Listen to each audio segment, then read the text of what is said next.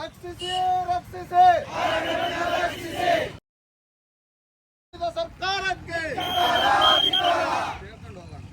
ಕೋಟೆಯ ಗದ್ದಿಗೆ ಸರ್ಕಲ್ನಿಂದ ನಡಿಗೆ ಮುಖಾಂತರ ತಹಸೀಲ್ದಾರ್ ಕಚೇರಿವರೆಗೆ ಹೋಗಿ ಅವರಿಗೆ ಮನವಿ ಪತ್ರವನ್ನು ಕೊಡುವ ಮುಖಾಂತರ ಪರಿಸರವನ್ನ ಸಂರಕ್ಷಿಸಬೇಕು, ವನ್ಯಜೀವಿಗಳಿಂದ ರೈತರನ್ನ ಉಳಿಸಬೇಕು. ಯಾವ್ದಾದ್ರು ಒಂದು ಬರಗಾಲದಲ್ಲಿ ಆಯ್ತು ಅಂದ್ರೆ ಈ ತರದ್ದು ನೀರನ್ನ ಕಡಿಮೆ ಬಿಟ್ಬಿಟ್ಟು ಹೆಚ್ಚಿಗೆ ಹರಿಯೋದಕ್ಕೆ ಬಿಟ್ರೆ ರೈತರ ಪರಿಸ್ಥಿತಿ ಏನಾಗಬಾರ್ದು.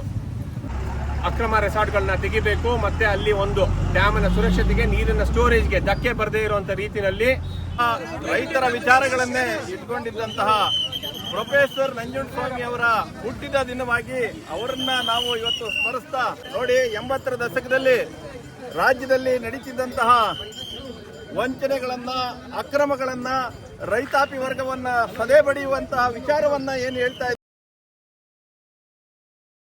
ಬೇಡ ಬೇಡ, ರಕ್ಷಿಸಿ ರಕ್ಷಿಸಿ, ಉಳಿಸಿ ಉಳಿಸಿ, ಅರಣ್ಯ ಮಂತ್ರಿಯ ಸಂಬಂಧ ಹೇಳಿಕೆಗೆ ಅಕ್ರಮ ರೆಸಾರ್ಟ್ಗೆ ಅನುಮತಿ ನೀಡಿದ ಸರ್ಕಾರಕ್ಕೆ. ಇವತ್ತು ಹೆಗ್ಗಡದೇವನ ಕೋಟೆಯಲ್ಲಿ ಅಕ್ರಮ ರೆಸಾರ್ಟ್ ಮಾಲೀಕರಿಂದ ಮತ್ತು ವನ್ಯಜೀವಿಗಳಿಂದ ರೈತರನ್ನ ರಕ್ಷಿಸಿ ಎಂಬ ಜಾಗೃತಿ ಜಾಥಾವನ್ನು ನಾವು ಇಟ್ಟಿದ್ದೀವಿ. ಇವತ್ತು HD ಕೋಟೆಯ ಗದ್ದಿಗೆ ಸರ್ಕಲ್ನಿಂದ ನಡಿಗೆ ಮುಖಾಂತರ ತಹಸೀಲ್ದಾರ್ ಕಚೇರಿವರೆಗೆ ಹೋಗಿ ಅವರಿಗೆ ಮನವಿ ಪತ್ರವನ್ನು ಕೊಡುವ ಮುಖಾಂತರ ನಾವು ಜಾಥಾವನ್ನು ಕೊನೆಗೊಳಿಸ್ತೇವೆ. ಹಾಗೆ ಇವತ್ತು ನಮ್ಮ ರಾಜ್ಯಾಧ್ಯಕ್ಷರಾದ ದೀಪಕ್ CN ರವರು ಬಂದಿದ್ದಾರೆ, ಹಾಗೆ ರಾಜ್ಯ ಉಪಾಧ್ಯಕ್ಷರಾದಂತಹ ಮಂಜುನಾಥ್ ಅವರವರು ಬಂದಿದ್ದಾರೆ, ಹಾಗೆ ರಾಜ್ಯ ಉಪಾಧ್ಯಕ್ಷರಾದಂತಹ ಸೋಮಸುಂದರ್ ಸರ್ ಕೂಡ ಇಲ್ಲೇ ಇದ್ದಾರೆ, ಹಾಗೆ ಮತ್ತೋರ್ವರು ರಾಜ್ಯ ಸಂಘಟನಾ ಕಾರ್ಯದರ್ಶಿಗಳು, ನ್ಯಾಯವಾದಿಗಳು, ಮೈಸೂರು ಜಿಲ್ಲಾ ಚಾಮರಾಜನಗರ ಉಸ್ತುವಾರಿಗಳಾದಂಥ ರವಿಕುಮಾರ್ ಸರ್ ಕೂಡ ಇಲ್ಲೇ ಇದ್ದಾರೆ. ಅವರು ವಿಚಾರವಾಗಿ ಒಂದೆರಡು ಮಾತಾಡ್ತಾರೆ. ಕನ್ನಡಿಗರೇ ನಮಸ್ಕಾರ. ಇವತ್ತು ನಾವು ಏನು ಗಡಿ ಪ್ರದೇಶವಾದಂತಹ ನಮ್ಮ ಮೈಸೂರಿಗೆ ಗಡಿ, ಕೇರಳ ಗಡಿಗೆ ಹೊಂದ್ಕೊಂಡಿರುವಂಥ HD ಕೋಟೆಯಲ್ಲಿ ಒಂದು ಜಾಗೃತಿ ಅಭಿಯಾನವನ್ನು ಮಾಡ್ತಾ ಇದ್ದೀವಿ. ಉದ್ದೇಶ ಇಷ್ಟೇ, ಪರಿಸರವನ್ನು ಸಂರಕ್ಷಿಸಬೇಕು, ವನ್ಯಜೀವಿಗಳಿಂದ ರೈತರನ್ನ ಉಳಿಸಬೇಕು, ಮತ್ತೆ ಈ ಸರಗೂರು HD ಕೋಟೆ ಅರಣ್ಯ ವ್ಯಾಪ್ತಿ ಒಳಗಡೆ, ನಾಗರಹೊಳೆ, ಬಂಡೀಪುರ ಅರಣ್ಯ ವ್ಯಾಪ್ತಿ ಒಳಗಡೆ ಇರುವಂತಹ ಅಕ್ರಮ ರೆಸಾರ್ಟ್ಗಳನ್ನು ತೆರವುಗೊಳಿಸಬೇಕು. ಏನು ಸರ್ಕಾರ ಸಫಾರಿಗಳನ್ನು ನಡೆಸ್ತಾ ಇದೆ ಅದು ತಾತ್ಕಾಲಿಕ ಬಂದಾಗಿದೆ, ಅದು ಶಾಶ್ವತವಾಗಿ ಬಂದಾಗಬೇಕು ಅನ್ನೋ ಒಂದು ಬೇಡಿಕೆಯನ್ನು ಇಟ್ಟು ಇವತ್ತು ನಮ್ಮ KRS ಪಕ್ಷದ ರಾಜ್ಯಾಧ್ಯಕ್ಷರಾದ ಶ್ರೀಯುತ ದೀಪಕ್ ಅವರ ನೇತೃತ್ವದಲ್ಲಿ ಇವತ್ತು HD ಕೋಟೆಯ ಗದ್ದಿಗೆ ಸರ್ಕಲ್ನಿಂದ ಏನು ಪ್ರಮುಖ ಬೀದಿಯಲ್ಲಿ ಹೋಗಿ ತಹಸೀಲ್ದಾರ್ ಅವ್ರನ್ನ ಭೇಟಿ ಮಾಡಿ ನಮ್ಮ ಮನವಿಯನ್ನ ಬೇಡಿಕೆ ರೂಪದಲ್ಲಿ ಸಲ್ಲಿಸುವಂತ ಒಂದು ಕಾರ್ಯಕ್ರಮವನ್ನು ಹಮ್ಮಿಕೊಂಡಿದ್ದೀವಿ. ಈ ಉದ್ದೇಶವಾಗಿ ನಮ್ಮ ರಾಜ್ಯಾಧ್ಯಕ್ಷರಾದ ಶ್ರೀಯುತ CN ದೀಪಕ್ ರವರು ಮಾತನಾಡ್ತಾರೆ. ನಮಸ್ಕಾರ ಬಂಧುಗಳೇ. ಇವತ್ತು HD ಕೋಟೆ, ಹೆಗ್ಗಡದೇವನ ಕೋಟೆನಲ್ಲಿ ನಾವಿದ್ದೀವಿ. ಕವಿನಿ ಉಳಿಸಿ ಅಂತ ಅಂದ್ಬಿಟ್ಟು ಏನು ಈ ಕಾಲ್ನಡಿಗೆ ಜಾಥಾ ಇದೆ, ಇದನ್ನ ನಮ್ಮ HD ಕೋಟೆ ತಾಲೂಕು ಸಮಿತಿಯವರು ಮೂಲಕ ಮತ್ತೆ ಮೈಸೂರು ಜಿಲ್ಲಾ ಸಮಿತಿಯವರು ಹಮ್ಮಿಕೊಂಡಿದ್ದಾರೆ. ಇದಕ್ಕೆ ಒಂದು ಬಹಳ ಮಹತ್ವದ ವಿಚಾರ, ಒಂದು ಕಾಡಿನ ವಿಚಾರ ಆದರೆ ಇನ್ನೊಂದು ರೈತರ ವಿಚಾರ. ಇಲ್ಲಿ ಎರಡು ಪ್ರಮುಖ ಅಂಶಗಳು. ಒಂದು, ಹಿನ್ನೆಲೆಯಲ್ಲಿ ರೆಸಾರ್ಟ್ಗಳು ಜಾಸ್ತಿ ಆದಾಗ ಮಾನವ ಮತ್ತು ಪ್ರಾಣಿಗಳ ಸಂಘರ್ಷ ಜಾಸ್ತಿ ಆಗುವಂಥದ್ದು. ಮಾನವರು ಕಾಡಿಗೆ ಹೋದಂಥ ಸಂದರ್ಭದಲ್ಲಿ ಅಲ್ಲಿ ಬೇರೆ ಬೇರೆ ರೀತಿಯ ಚಟುವಟಿಕೆಗಳು ಜಾಸ್ತಿ ಆಗಿ ಪರಿಸರ ನಾಶ ಆಗುವಂಥದ್ದು ಒಂದು ವಿಚಾರ. ಇನ್ನು ಪ್ರಮುಖವಾಗಿ ಇನ್ನೂ ಒಂದಷ್ಟು ವಿಸ್ತಾರವಾಗಿ ನಂತರ ಮಾತಾಡೋಣ. ಕಬಿನಿ ಡ್ಯಾಮ್, ಅದು ಜನ ಜಾಸ್ತಿ ಓಡಾಡ್ತಾ ಇದ್ರೆ ಅದಕ್ಕೆ ಡ್ಯಾಮ್ಗೆ ಅಪಾಯ. ಇವತ್ತು ಬೆಂಗಳೂರಿನಲ್ಲಿ ಒಂದು ವಿಶ್ವಮಟ್ಟದ ಕಾನ್ಫರೆನ್ಸ್ ಅನ್ನ ಡ್ಯಾಮ್ ಸೇಫ್ಟಿ, ಅಣೆಕಟ್ಟು ಸುರಕ್ಷತೆ ಬಗ್ಗೆ ಮಾನ್ಯ ಮುಖ್ಯಮಂತ್ರಿಗಳು ಮತ್ತೆ ಇರಿಗೇಷನ್ ಮಂತ್ರಿ ಆದಂಥ ಉಪಮುಖ್ಯಮಂತ್ರಿ ಆದಂಥ DK ಶಿವಕುಮಾರ್ ಅವರ ನೇತೃತ್ವದಲ್ಲಿ ಇವತ್ತು ಬೃಹತ್ ಸಮಾವೇಶವನ್ನ, ಸೆಮಿನಾರ್ಗಳನ್ನು ಇನ್ನೊಂದು ಮಾಡ್ತಿದ್ದಾರೆ. ಇಲ್ಲಿ ಆದರೆ ಅವ್ರದೇ ರಾಜ್ಯದಲ್ಲಿ ಅವರು ಇರುವಂಥ ಸರ್ಕಾರದಲ್ಲಿ ಇವತ್ತು ಡ್ಯಾಮ್ಗೆ ಅಪಾಯ ಬಂದಿರುವಂಥ ಒಂದು ಸಂದರ್ಭ ಇದೆ. ಹೇಗೆ ಇಲ್ಲಿ ಇನ್ನೊಂದು ವಿಚಾರ, ನಾವು ಕಳೆದ ತಿಂಗಳು ಮಳೆ ಮಾಪನ ಕೇಂದ್ರಗಳ ಬಗ್ಗೆ ಮಾತಾಡಿದ್ವಿ.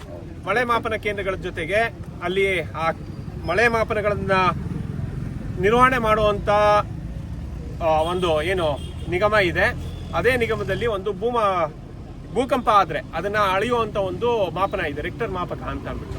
ಆ ತರದ್ದು ಸಣ್ಣದ ಒಂದು ಮಾಪಕಗಳನ್ನ ಇದು ಎಲ್ಲ ಡ್ಯಾಮ್ಗಳಲ್ಲಿ ಬಹುತೇಕ ಒಂದು 8 ಕಡೆ ಡ್ಯಾಮ್ಗಳಲ್ಲಿ ಅಳವಡಿಸಿದ್ದಾರೆ. ಅವು ಕೆಲಸನೇ ಮಾಡ್ತಿಲ್ಲ. ಇಲ್ಲಿ ಸುತ್ತಮುತ್ತ ಕ್ರಷರ್ಗಳು ಇನ್ನೊಂದು ಈ ತರದ ಚಟುವಟಿಕೆಗಳು ಜಾಸ್ತಿ ಆದಾಗ ಕ್ರಷರ್ಗಳು ಇನ್ನೊಂದು ಜಾಸ್ತಿ ಆಗುತ್ತೆ. ಅದರ ವೈಬ್ರೇಷನ್ ಇಂದ ಈಗಾಗಲೇ ಅಲ್ಲಿ KRSಗೆ ಡ್ಯಾಮೇಜ್ ಆಗ್ತಿದೆ ಅಂತ ಅಂದ್ಬಿಟ್ಟು ರಿಪೋರ್ಟ್ ಇದೆ. ಅದೇ ರೀತಿ ಇಲ್ಲೂ ಜಾಸ್ತಿ ಆಗುತ್ತೆ. ಅವನ್ನ ಅಳತೆ ಮಾಡೋದಕ್ಕೆ ದೊಡ್ಡ ಮಟ್ಟದಲ್ಲಿ ಭೂಕಂಪ ಆದ್ರೆ ಇಡೀ ವರ್ಲ್ಡಲ್ಲಿ ಎಲ್ಲಿ ಬೇಕಾದ್ರೂ ಗೊತ್ತಾಗುತ್ತೆ. ಆದ್ರೆ ಇಲ್ಲಿ ಸಣ್ಣ ಮಟ್ಟದ ಕಂಪನಗಳಾದ್ರೆ ಅದು ಗೊತ್ತಾಗಲ್ಲ. ಆದ್ರಿಂದ ಅಲ್ಲಿ ಡ್ಯಾಮ್ ಪಕ್ಕದಲ್ಲಿ ಆ ತರದ ಮಾಪನಗಳನ್ನ ಹಾಕಿದ್ದಾರೆ. ಅವು ಕೆಲಸನೇ ಮಾಡ್ತಿಲ್ಲ, ಅವು ನಿರ್ವಹಣೆ ಮಾಡ್ತಿಲ್ಲ. ಅದರ ಅಳವಡಿಕೆಗಳಿಗೆ ಕೋಟ್ಯಾಂತರ ರೂಪಾಯಿ ಸುರಿದಿದ್ದಾರೆ, ಆದ್ರೆ ಅದು ಕೆಲಸನೇ ಮಾಡ್ತಿಲ್ಲ. ಇವ್ರುಗಳೆಲ್ಲ ಈ ತರದ್ದು ಮಾಡ್ಕೊಂಡಿರ್ತಿದ್ದಾರೆ. ಇನ್ನ ಡ್ಯಾಮ್ದು ಇಲ್ಲಿ ಈ ತರದ ರಿಸಾರ್ಟ್ಗಳು ಬರೋದ್ರಿಂದ ನಾನು ನೋಡಿದ್ದೀನಿ ರಿಸಾರ್ಟ್ಗಳದ್ದು ಮ್ಯಾಪ್ಗಳಲ್ಲಿ, ಇನ್ನೊಂದರಲ್ಲಿ ಗೂಗಲಲ್ಲಿ ಎಲ್ಲ ನೋಡಿದ್ರೆ ಹಿನ್ನೀರಿನ ಪಕ್ಕದಲ್ಲಿ ಹಿನ್ನೀರು ಎಷ್ಟು ಬರುತ್ತೆ ಅಲ್ಲಿ ಆ ಮಟ್ಟಕ್ಕೇನೆ ರಿಸಾರ್ಟ್ಗಳು ಅಲ್ಲಿ ಆವರಣ ಅಲ್ಲಿ ತನಕ ಚಾಚ್ಕೊಂಡಿದೆ. ನೀವು ಗಮನಿಸಬಹುದು ಈ ವರ್ಷ ಅತಿ ಹೆಚ್ಚು ಮಳೆಗಾಲ ಆಗಿದೆ. ಒಂದು ಹಿಸ್ಟ್ರಿನಲ್ಲಿ ಹೆಚ್ಚಿಗೆ ಮಳೆಗಾಲ ಆಗಿರುವಂತ ಇದು ಒಂದು ವರ್ಷ ಅನೇಕ ಸಂದರ್ಭಗಳಲ್ಲಾಗಿದೆ. ಕಳೆದ ವರ್ಷದ್ದು ನೀವು 2024 ಸಾಲದ ಮಳೆನಲ್ಲಿ ಕಬಿನಿ ಡ್ಯಾಮ್ ಅಲ್ಲಿ ಸ್ಟೋರೇಜ್ ಯಾವ್ಯಾವ ಲೆವೆಲ್ಗೆ ಇತ್ತು ಪ್ರತಿದಿನದ್ದು ನೀವು ಅನಲೈಸ್ ಮಾಡಬೇಕು. ನಾನು ಗಮನಿಸ್ತಾ ಇದ್ದೀನಿ ಈ ವರ್ಷ 84 ಅದರದ ಗರಿಷ್ಠ ಮಟ್ಟ. KRS, ಹೇಮಾವತಿ ಈ ಕಾವೇರಿ ಕಣಿವೆನಲ್ಲಿ ಇರುವಂತ ಡ್ಯಾಮ್ಗಳಲ್ಲಿ ಅದರಲ್ಲಿ ಗರಿಷ್ಠ ಮಟ್ಟ ಬಂದಾಗ ಒಂದು ಪೂರ್ತಿ ಅದೇ ಮಟ್ಟಕ್ಕೆ ಲೆವೆಲ್ ಮೇಂಟೈನ್ ಮಾಡ್ತಿದ್ರು. ಆದ್ರೆ ಇಲ್ಲಿ 84 ಮುಟ್ಟೋದಕ್ಕೆ ಅವಕಾಶ ಇದ್ರು ನಾವು ಇನ್ಫ್ಲೋ ನೋಡಿದಾಗ ಅದು ಇವತ್ತು ಅಲ್ಲಿ ಗೇಟ್ಗಳನ್ನ ಬಂದ್ ಮಾಡಿದ್ರೆ 84 ಮಾರನೇ ದಿನ ಬೆಳಗ್ಗೆ ಬರುತ್ತೆ ಅನ್ನೋದು ನಮಗೆ ಸ್ಪಷ್ಟವಾಗಿ ಕಾಣಿಸುತ್ತೆ. ಎಷ್ಟು ಕ್ಯೂಸೆಕ್ಸ್ ಅಲ್ಲಿ ಹೊರ ಹರಿವಿದೆ ಅಂತ ಅಂದ್ಬಿಟ್ಟು. ಆದ್ರೆ ಅಲ್ಲಿ ಹೊರ ಹರಿವು ಜಾಸ್ತಿ ಇರ್ತಿತ್ತು. ಒಳ ಹರಿವಿಗಿನ್ನ ಹೊರ ಹರಿವು ಜಾಸ್ತಿ ಕಬಿನಲ್ಲಿ. ಯಾಕೆ ಅಂದ್ರೆ ಡ್ಯಾಮ್ ಅಲ್ಲಿ ನೀರನ್ನ ಜಾಸ್ತಿ ಮಾಡಿದ್ರೆ ಈ ರೆಸಾರ್ಟ್ಗಳಿಗೆ ಅಪಾಯ. ಈ ರೆಸಾರ್ಟ್ಗಳ ಲಾಬಿಯಿಂದ ಅಲ್ಲಿ ನೀರಿನ ಮಟ್ಟವನ್ನ ಕಡಿಮೆ ಮಾಡ್ತಿದ್ದಾರೆ. ನೀರಿನ ಮಟ್ಟ ಕಡಿಮೆ ಆದಾಗ ಏನಾಗುತ್ತೆ, ರೈತರಿಗೆ ನೀರು ಬಿಡುವಂತದ್ದು ಬೆಳೆಗಳಿಗೆ ಕಡಿಮೆ ಆಗುತ್ತೆ. ಇದು ಇರುವಂತ ಇನ್ನೊಂದು ದೊಡ್ಡ ಅಪಾಯ. ನಾವು ನಮ್ಮ ನೀರನ್ನ ಬಿಟ್ಕೊಡೋದಿಲ್ಲ ಅಂತ ಅಂದ್ಬಿಟ್ಟು ತಮಿಳುನಾಡು ಜೊತೆ ವಾದ ಮಾಡೋದು ಸುಪ್ರೀಂ ಕೋರ್ಟ್ ಅಲ್ಲಿ. ಇಲ್ಲಿ ಅದೇ ಸರ್ಕಾರದವರು ಇಲ್ಲಿ ನೀರನ್ನ ಈ ಅಕ್ರಮ ಯಾರ್ದು ರಿಸಾರ್ಟ್ಗಳು ಯಾರ್ದು ಇಲ್ಲ ಇವ್ರದೇನೆ, ಇಲ್ಲಿಯ MLAನೋ ಇನ್ನೊಬ್ರದೋ ಅವರ ಬೇನಾಮಿಗಳದ್ದು ಅಥವಾ ಅವರ ಹಿಂಬಾಲಕರುಗಳದ್ದು ರಿಸಾರ್ಟ್ಗಳು ಇರ್ತವೆ. ಆದ್ರಿಂದ ಅವರು ನೀರಿನ ಮಟ್ಟವನ್ನ ಹೆಚ್ಚಿಗೆ ಆಗ್ಲಿಕ್ಕೆ ಬಿಡ್ತಾ ಇಲ್ಲ. ಇದು ನಮಗೆ ರೈತರು ಕಾಯ್ದಿರುವಂತ ದೊಡ್ಡ ಅಪಾಯ. ಇದೇ ಒಂದು ಯಾವ್ದಾದ್ರು ಒಂದು ಬರಗಾಲದಲ್ಲಿ ಆಯ್ತು ಅಂದ್ರೆ ಈ ತರದ್ದು ನೀರನ್ನ ಕಡಿಮೆ ಬಿಟ್ಬಿಟ್ಟು ಹೆಚ್ಚಿಗೆ ಹರಿಯೋದಕ್ಕೆ ಬಿಟ್ರೆ ರೈತರ ಪರಿಸ್ಥಿತಿ ಏನಾಗಬಾರ್ದು. ಮಳೆ ಚೆನ್ನಾಗಾದ್ರೆ ಯಾವಾಗಲೂ ಒಂದ್ಸಲ ಒಂದು ಸ್ಟೋರೇಜ್ ಆಗುತ್ತೆ, ಅದು ಪರವಾಗಿಲ್ಲ, ಮೇಂಟೈನ್ ಆಗುತ್ತೆ. ರೈತರಿಗೂ ಜಾಸ್ತಿ ನೀರಿನ ಅವಶ್ಯಕತೆ ಇರೋದಿಲ್ಲ. ಆದ್ರೆ ನೀರೇ ಮಳೆನೇ ಆಗದೆ ಇರುವಂತ ಸಂದರ್ಭದಲ್ಲಿ ಏನ್ ಕತೆ ಆಗುತ್ತೆ. ಇದು ಇಷ್ಟು ಇರುವಂತದ್ದು ವಿಚಾರಗಳು. ಅದರ ವಿಚಾರವಾಗಿ ಅಕ್ರಮ ರೆಸಾರ್ಟ್ಗಳನ್ನ ತೆಗಿಬೇಕು. ಮತ್ತೆ ಅಲ್ಲಿ ಒಂದು ಡ್ಯಾಮಿನ ಸುರಕ್ಷತೆಗೆ, ನೀರಿನ ಸ್ಟೋರೇಜ್ಗೆ ಧಕ್ಕೆ ಬರದೇ ಇರುವಂತ ರೀತಿಯಲ್ಲಿ ಒಂದು ವ್ಯವಸ್ಥೆಯನ್ನು ರೂಪಿಸಿ ಕಾಡಿನ ಪರಿಸರಕ್ಕೂ ಧಕ್ಕೆ ಆಗದೆ ಇರುವಂತದ್ದು ಎಲ್ಲಿ ಅನುಮತಿ ಕೊಡಬೇಕು ಅಷ್ಟನ್ನು ಮಾತ್ರ ಕೊಟ್ಬಿಟ್ಟು ಹೆಚ್ಚಿಗೆ ಮಾನವ ಮತ್ತೆ ಪ್ರಾಣಿಗಳ ಸಂಘರ್ಷಣ ಆಗದೆ ಇರುವಂತ ರೀತಿಯಲ್ಲಿ ಒಂದಷ್ಟು ನೋಡ್ಕೋಬೇಕು. ಇದಿಷ್ಟು ವಿಚಾರವನ್ನು ಇಟ್ಕೊಂಡು ನಾವು ಇವತ್ತು ಜಾಥಾವನ್ನ ಮಾಡ್ತಾ ಇದೀವಿ, ಕಾಲ್ನಡಿಗೆಯನ್ನ ಮಾಡ್ತಾ ಇದೀವಿ. ಇದು ಸರ್ಕಾರದ ಗಮನಕ್ಕೆ ತರುವಂತ ಒಂದು ಕೆಲಸವನ್ನ ನಾವು ಮಾಡ್ತಾ ಇದೀವಿ. ಇದಕ್ಕೆ ನಮ್ಮ ಕೆಲಸಕ್ಕೆ, ಹೋರಾಟಕ್ಕೆ ನಾಡಿನ ಜನರು, ಹೆಗ್ಗಡದೇವನಕೋಟೆಯವರು ಮತ್ತೆ ಮೈಸೂರಿನ ಜನರು ಬೆಂಬಲ ಕೊಡಬೇಕು ಅಂತ ಅಂದ್ಬಿಟ್ಟು ಕೇಳ್ಕೊಂಡು ನಮ್ಮ ಈ ಒಂದು ಜಾಥಾವನ್ನ ಈಗ ಆರಂಭಿಸ್ತಾ ಇದ್ದೀವಿ. ನಮಸ್ಕಾರ. ಇಬ್ರು ಹೋಗ್ಬೇಕು. ಹೋರಾಟವನ್ನ ಕೈಗೊಂಡಿದೆ. ಅದು ಇವತ್ತಿನ ದಿನ ರೈತರ ನಾಯಕನಾಗಿದ್ದಂತಹ, ರೈತರ ವಿಚಾರಗಳನ್ನೇ ಇಟ್ಕೊಂಡಿದ್ದಂತಹ ಪ್ರೊಫೆಸರ್ ನಂಜುಂಡಸ್ವಾಮಿ ಅವರ ಹುಟ್ಟಿದ ದಿನವಾಗಿ ಅವರನ್ನ ನಾವು ಇವತ್ತು ಸ್ಮರಿಸ್ತಾ ರಾಜ್ಯಾದ್ಯಂತ ರಾಜ್ಯದ ಜನಗಳನ್ನ ಕರೆ ಕೊಡ್ತಾ ಇರೋದು. ನೋಡಿ, 80ರ ದಶಕದಲ್ಲಿ ರಾಜ್ಯದಲ್ಲಿ ನಡೀತಿದ್ದಂತಹ ವಂಚನೆಗಳನ್ನ, ಅಕ್ರಮಗಳನ್ನ, ರೈತಾಪಿ ವರ್ಗವನ್ನ ಸದೆ ಬಡಿಯುವಂತಹ ವಿಚಾರವನ್ನ ಏನು ಹೇಳ್ತಾ ಇದ್ರು, ಆ ಸಮಯದಲ್ಲಿ ರೈತ ಘಟಕ, ರೈತ ಸಂಘ ರಾಜ್ಯದಲ್ಲಿ ನಮ್ಮ ನಂಜುಂಡಸ್ವಾಮಿ ಅವರ ನೇತೃತ್ವದಲ್ಲಿ ಬಾರ್ ಕೋಲ್ ಚಳವಳಿ ಎನ್ನುವಂತಹ ವಿಚಾರವನ್ನ ಎತ್ಕೊಂಡು ಇಡೀ ರಾಜ್ಯದಲ್ಲಿ ಜನಗಳ ಮೇಲೆ ಆಗ್ತಿದ್ದಂತಹ ಅಕ್ರಮಕಾರಿ ಧೋರಣೆಯನ್ನ ನಿಲ್ಲಿಸಿದ್ದು ನಮಗೆಲ್ಲ ಗೊತ್ತಿದೆ. ಆದ್ರೆ ಈಗ ಯಾರಿದ್ದಾರೆ, ಯಾರು ಇದ್ದಾರೋ, ಯಾರು ಅವರನ್ನ ಹಿಂಬಾಲಿಸಬೇಕಾಗಿತ್ತೋ ಆ ನಾಯಕ ಇವತ್ತು ಮುಖ್ಯಮಂತ್ರಿ ಆಗಿದ್ರು ಕೂಡ ಆತ ತಾನು ಮಾಡಬೇಕಾಗಿರುವಂತಹ ಕೆಲಸವನ್ನ ಮಾಡದೆ ನಾಡಿನ ಜನರನ್ನ ವಂಚನೆ ಮಾಡ್ತಾ ಇದ್ದಾನೆ ಅನ್ನುವಂಥ ವಿಚಾರ. ಯಾರೆಲ್ಲ ಸಮಾಜವಾದವನ್ನ ತುಂಬಿಕೊಂಡಿದ್ದೀವಿ ಅಂತ ಹೇಳಿದಂಥವ್ರು ಇವತ್ತು ಮಜಾವಾದವನ್ನ ರಾಜ್ಯದಲ್ಲಿ ತುಂಬಿಕೊಂಡು ಮಜವಾದವನ್ನ ಮಾಡ್ತಾ ಇದ್ದಾರೆ. ಈ ವಿಚಾರವನ್ನ ಕರ್ನಾಟಕ ರಾಷ್ಟ್ರ ಸಮಿತಿ ಪಕ್ಷ ಅವರ ಧೋರಣೆಗಳನ್ನ ಖಂಡಿಸ್ತಾ ಇವತ್ತು ರಾಜ್ಯಾದ್ಯಂತ ಜನಗಳಲ್ಲಿ ಜಾಗೃತಿಯ ಅರಿವನ್ನ ಮಾಡ್ತಾ ರಾಜ್ಯವನ್ನ ಕಟ್ಟೋದಿಕ್ಕೆ ಒಂದು ಸುರಕ್ಷಿತ ನಾಡನ್ನ ಕಟ್ಕೋಬೇಕು ಅನ್ನುವಂತ ಕಾರಣಕ್ಕೆ ಇವತ್ತು ಕಬಿನಿ ಹೋರಾಟವನ್ನು ಹಮ್ಮಿಕೊಂಡಿದ್ದೀವಿ.